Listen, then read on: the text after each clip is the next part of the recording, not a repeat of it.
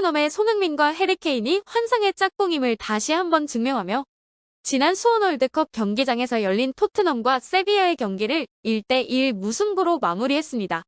지난 시즌 EPL 4위로 마무리한 토트넘, 지난 시즌 라리가 4위로 마무리한 세비야. 22년, 23년 유럽 챔피언스 리그에 각각 진출한 두 강호의 맞대결로 프리시즌 친선전 경기임에도 불구하고 그야말로 자존심이 달린 경기였습니다. 같은 유럽, 다른 리그의 4위로 마무리한 양팀이었던 만큼 서로를 존중하면서도 비슷한 실력의 양팀은 절대 지고 싶지 않다는 욕망이 불타오르고 있었음을 경기 시작부터 팽팽한 긴장감을 유지한 채 진행된 경기를 보면 쉽게 알 수 있었는데요. 이날 수원 월드컵 경기장을 찾아 만석을 이룬 4만 4천여 명의 관중들과 각종 중계로 경기를 지켜보던 세계인들은 양팀 선수들 간의 팽팽한 긴장감이 고스란히 전해져 손에 땀을 쥐며 경기 내내 자존심을 건 일진일퇴의 공방이 이뤄지는 걸 지켜보았습니다. 격렬하고 급박한 태클이 가득한 엄청 치열한 경기였습니다.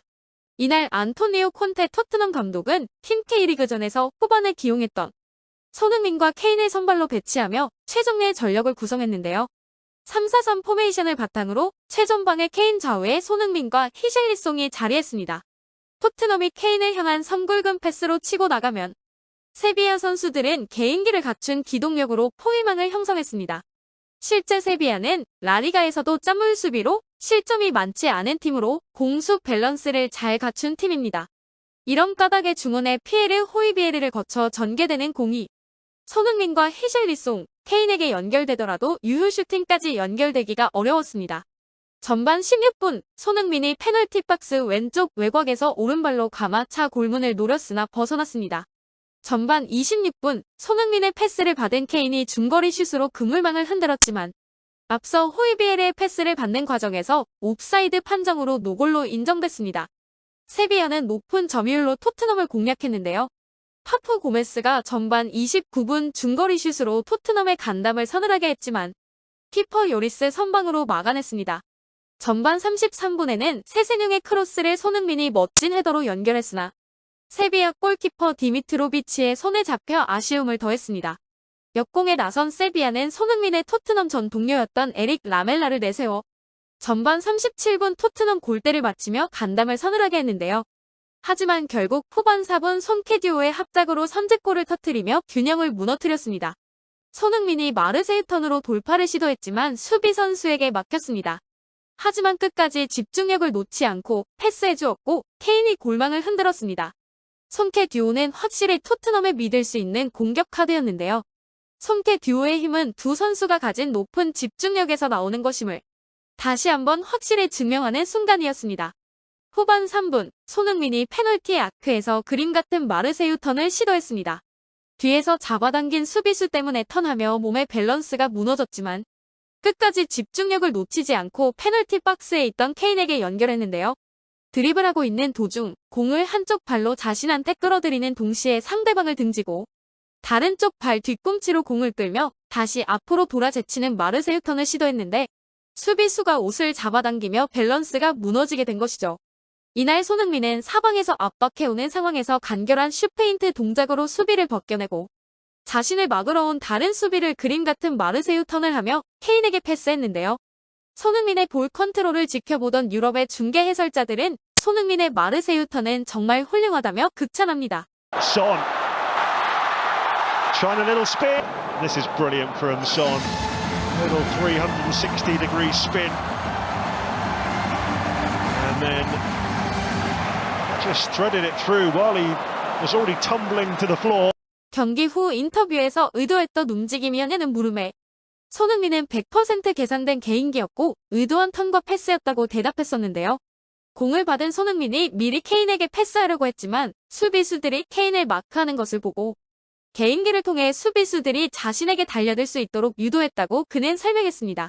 그 후 케인에게 충분한 공간을 확보해주고 패스를 했던 거죠. 손흥민의 패스를 받은 케인도 동작이 완벽했는데요. 침착하게 공을 잡아 정확한 왼발 슈팅으로 세비야 골망을 흔들었습니다.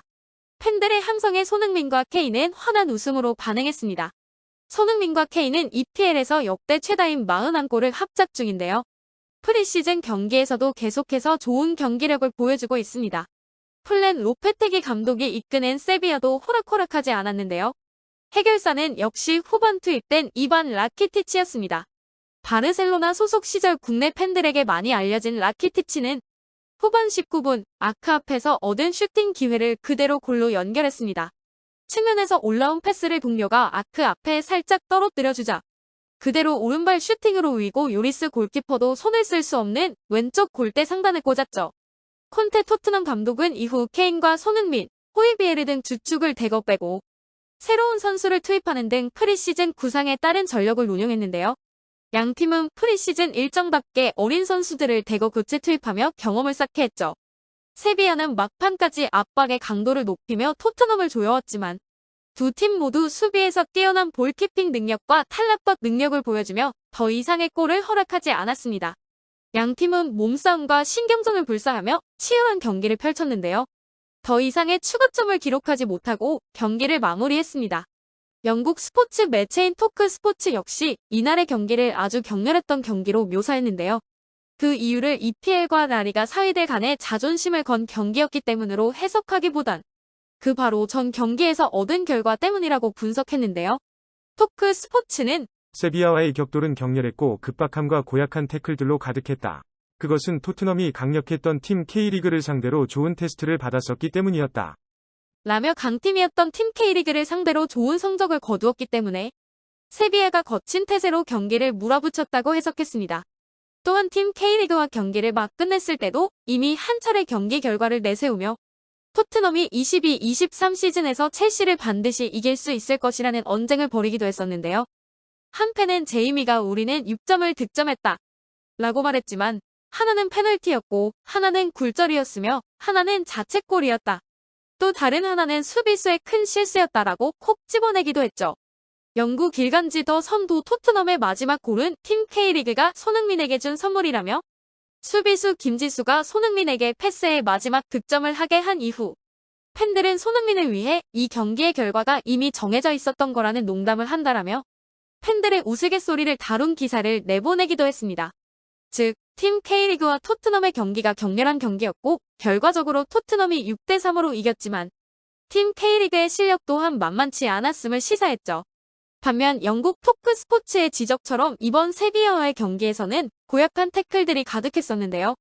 가장 눈에 띄는 태클은 공을 몰고 가는 손흥민의 바디를 향해 세비야의 몬티엘이 옆에서 그대로 돌진하며 파울을 시도하던 순간이었습니다.